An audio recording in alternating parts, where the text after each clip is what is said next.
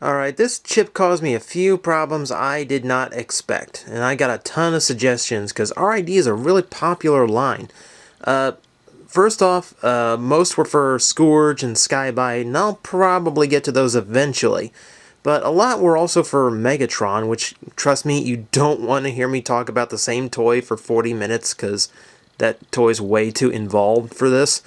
And a lot were for combiners, Rail Racer and Omega Prime. That's more than one toy, guys. I can't review more than one toy at a time with this series. So one at a time, and I was ready to do Skybite, but I noticed a few were just smart enough to realize that RID also meant car robots, and I only have one toy from car robots. Brave Maximus. Alright, this one's going to be different from the usual random review. You'll notice the camera's a little unsteady. I have to go handheld to cover all of this toy. And there's going to be a lot of cuts in this one to get all the shots I need of this and not take up too much of your time. So we start in on it right away, and God, that is beautiful. I love the colors on this thing. And I'll show you why after this little segment. But you got very vibrant blue and red shades all over, very dark blue, and I really like how it all comes together. I mean, the center tower, the two rear towers, and then the center ramp, all being the same color really makes it solid. And instead of a cluster of towers, you get one solid building that actually does look more like a fortress than even the original Fortress Maximus. So the deco on this thing, I think, was really well thought out, really well done. For no reason, that kind of bugs me a little bit. I don't see why it had to be bright green. I don't think it adds much to the toy, but it's a minor quibble at best. You can see some of the stickers from Fortress Maximus have been carried over. Interestingly enough, these stickers, they changed the number. I mean, the deco pattern and all this is exactly the same. They just changed the number for some reason. I don't know why, but I thought it was a neat touch all the same. They're acknowledging there are two different fortresses. You see the ramps going all the way down, as if you couldn't tell which direction the ramp was going. There's an arrow. Arrow here too, down the central ramp, into the main doorway. I really love how this is set up. It's almost set up more like the city in the Autobot City in the original movie. You know, you've got your big central ramp, all these fold-up pieces, huge towers in the back. When it's supposed to be Metroplex, this is a better representation, in my opinion. The deco part I really love are these windows. I mean, this bright yellow windows. This is what really gets it across to me that this is a city with all these brightly lit up rooms that you can see. Like, this is the repro label set I wish would come out. If I could have like little Autobots stuck around here, all these little crevices and windows, I'd believe that this was a massive, massive city full of Transformers. It looks that way. It's very well done. And again, it's a step above Fortress Maximus. So let's take a look here, because you can only look at color so much. Detailing on this thing is pretty nice too. It's G1, so molded detailing is minimum. You do have quite a bit of the basic kind though. Just little panel lines and details. You can see all kinds of different things going on. And it gets a little sparse in some areas. But where it counts, it does it really well. In the 80s, playsets were huge. He-Man, Thundercats, G.I. Joe, Ninja Turtles. You don't see playsets anymore, which I think is really unfortunate.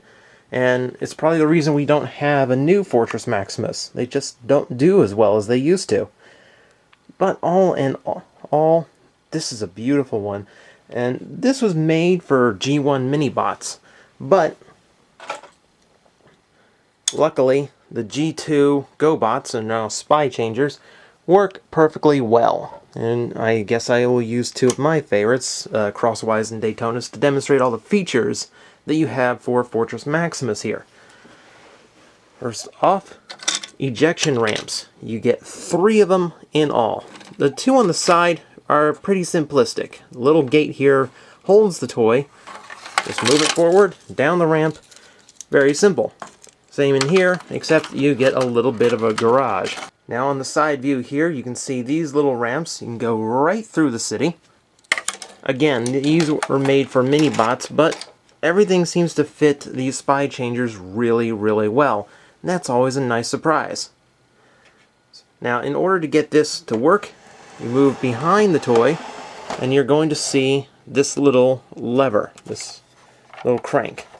Now, it rotates in your fingers, so you're not going to grind away your skin trying to get this around. And as you turn, you're going to notice that elevator cruising upward. Now, the ramp can be stubborn sometimes, so you just have to keep trying. Eventually, it'll go all the way up for you.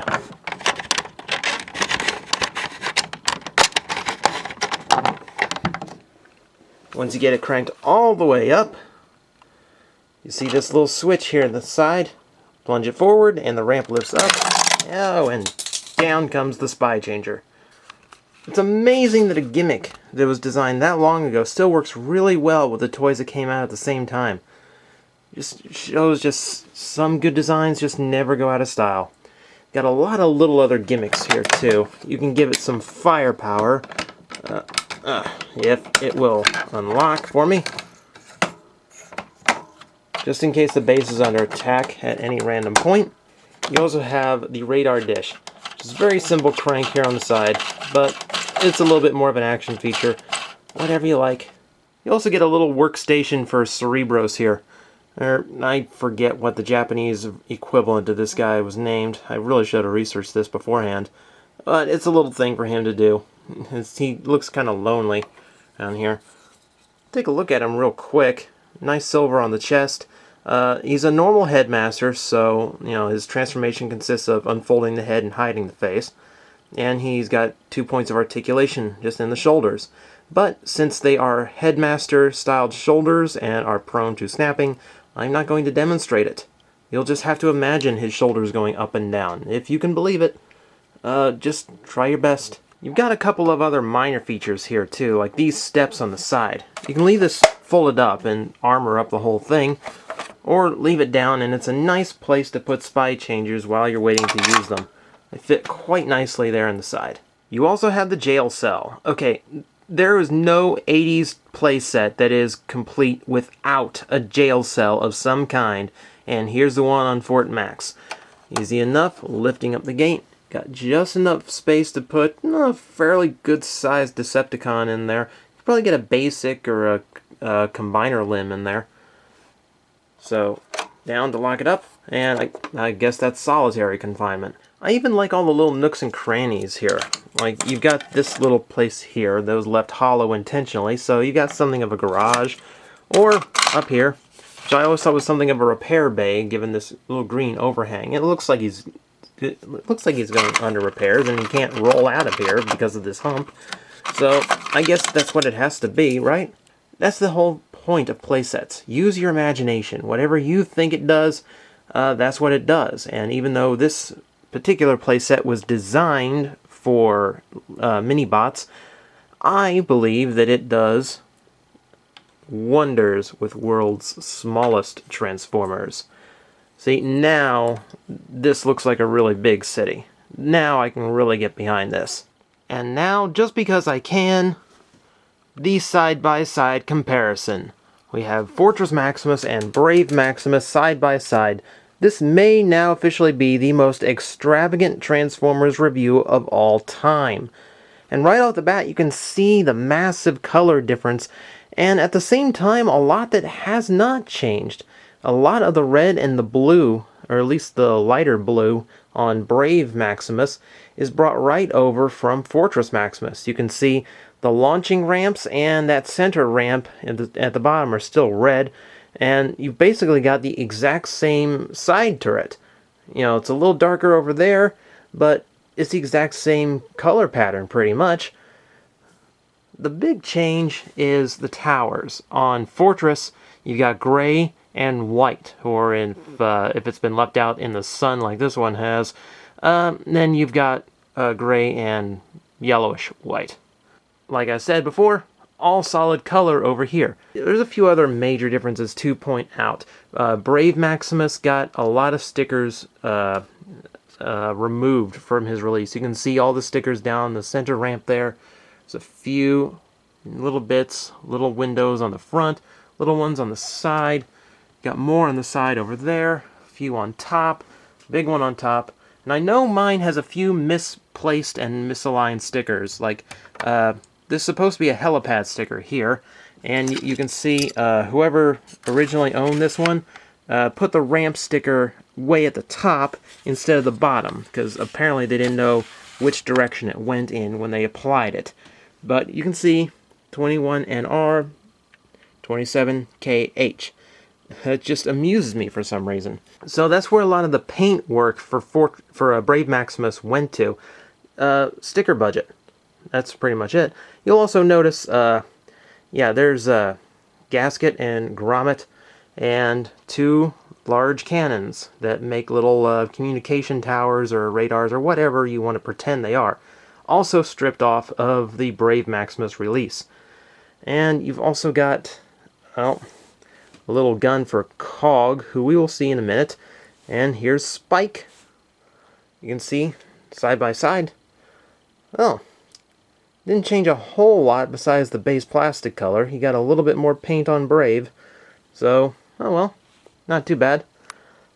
All in all, I mean, they're equally nice in city mode here. Like I said, this one looks more like a city with all these broken up colors making all the towers distinct and all of them stand out. Whereas this one looks more like one big massive complex. So different approaches for the different releases, and I really dig that. It really brings a different feel to both of them.